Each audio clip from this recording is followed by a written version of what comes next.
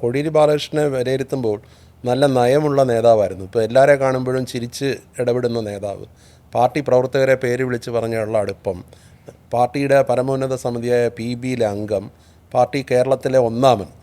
ശരിക്കും കേരളത്തിന് നഷ്ടപ്പെട്ടു പോയ മുഖ്യമന്ത്രിയാണോ കോടിയേരി ബാലകൃഷ്ണൻ? അത് എനിക്കത് ഞാൻ പറയുന്നത് എന്നുള്ളതിനേക്കാൾ ഉപരി ജനങ്ങളത് മനസ്സിൽ പറയുന്നുണ്ട്. ജനങ്ങളത് മനസ്സിൽ പറയുന്ന കാര്യങ്ങൾ അവരുടെ വൈകാരിക പ്രകടനങ്ങളായിട്ട് പുറത്തോട്ട് പറയുന്നു. എന്നെ നേരിട്ട് കാണുമ്പോൾ ഒരുപാട് ആളുകൾ പറയുന്നുണ്ട്, അത് എഴുതിയിട്ടുള്ള ആളുകളുണ്ട്. അപ്പം എങ്ങനെയായിരിക്കണം ഈ പറയുന്ന പോലെ അത്തരത്തിലൊരു മുഖ്യമന്ത്രി ആയിരുന്നെങ്കിൽ എത്തരത്തിലുള്ള ഇടപെടലുകൾ നടത്തിയെന്നുള്ളത് മുൻകാല അച്ഛൻ്റെ പ്രവർത്തന ഇടപെടലുകളുകൊണ്ട് ആളുകൾക്ക് വന്നിട്ടുള്ള ഒരു അനുഭവമാണ്, ബോധ്യങ്ങളാണ്.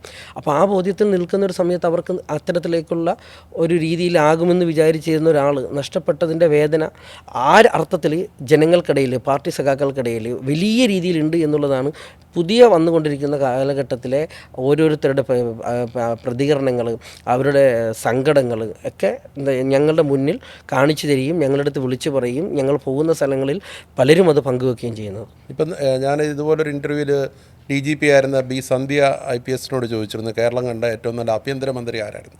ഈ പാർട്ടിയിൽ നിന്ന് തന്നെ ആഭ്യന്തരമന്ത്രിമാർ വേറെ ഉണ്ടായിട്ടുണ്ട്. പക്ഷേ അവർ പറഞ്ഞ എന്തുകൊണ്ട് ഏറ്റവും മികച്ച ആഭ്യന്തരമന്ത്രി ശ്രീ കോടിയേരി ബാലകൃഷ്ണനാണെന്നാണ്.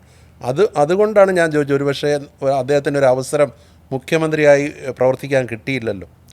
അത് ഞങ്ങൾക്ക് അത്തരത്തിലൊരു മുഖ്യമന്ത്രി ആയി കാണണം എന്നുള്ള ഞങ്ങളുടെ ആഗ്രഹത്തിനേക്കാൾ ഉപരി അത് ഞങ്ങളുടെ ആഗ്രഹത്തിന് എന്നുള്ളതിനേക്കാളും മുകളിൽ നിൽക്കുന്നത് ജനങ്ങൾക്ക് അത്തരത്തിലേക്ക് കിട്ടിയില്ലല്ലോ എന്ന് ജനങ്ങൾ പറയുന്ന ആ ഒരു ദുഃഖത്തെയാണ്. അപ്പോൾ ഞങ്ങളുടെ അച്ഛൻ നഷ്ടപ്പെട്ടതാണല്ലോ ഏറ്റവും വലുത്.